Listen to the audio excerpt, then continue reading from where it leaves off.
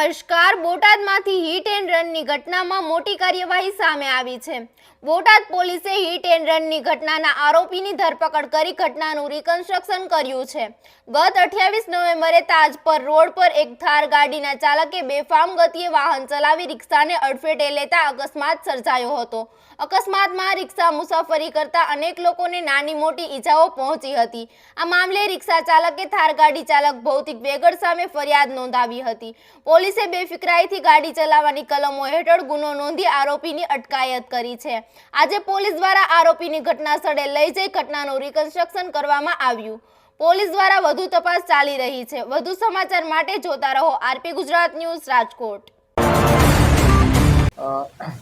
ગત તારીખ 28/11ના રોજ જે ફરિયાદી છે તેના દ્વારા આ હિટ એન્ડ રનની ઘટના અંગે ફરિયાદ આપવામાં આવી હતી. જેનો બનાવનો વિગત જોઈએ તો જે ફરિયાદી છે તે તેમની રિક્ષામાં જે સાહેબો છે તેમને બેસાડી અને તાજપુર રોડે સમન્વય કોલેજ જે છે તે રસ્તા ઉપર જતા હતા. તે દરમિયાન પાછળથી જે થાર ગાડી છે જેના રજિસ્ટ્રેશન નંબર GJ33F8706 છે, આ ગાડી દ્વારા તેમને બેફિકરાઈપણે ભટકાડી દેવામાં આવી હતી અને જેમાં જે સાહેબ બેસેલા હતા તેમને નાની મોટી ગંભીર ઈજાઓ થઈ હતી, જેમાં કોઈ જાનહાનિ થયેલ ન હતી. પરંતુ આ બનાવમાં રેકલેસ ડ્રાઇવિંગ અને ખૂબ જ ગંભીરપણે જે કૃત્ય કરવામાં આવ્યું હતું તેને ધ્યાને લઈ અને ફરિયાદીની ફરિયાદ દાખલ કરવામાં આવી હતી.